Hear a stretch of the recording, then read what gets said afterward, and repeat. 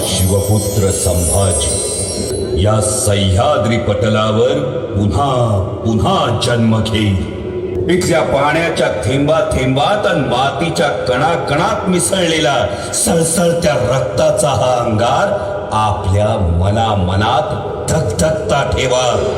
पृथ्वीवरील सारी संपत्ती आणि स्वकीयांच्या रक्तानं माखलेला त्याचा ताज जरी माझ्या पायावर आणून ठेवला ना, तरी हा स्वधर्मी निधनम श्रेय म्हणणारा मराठ्यांचा अभिषिक्त छत्रपती लाथेनं ठोकरेल सगळ्याला।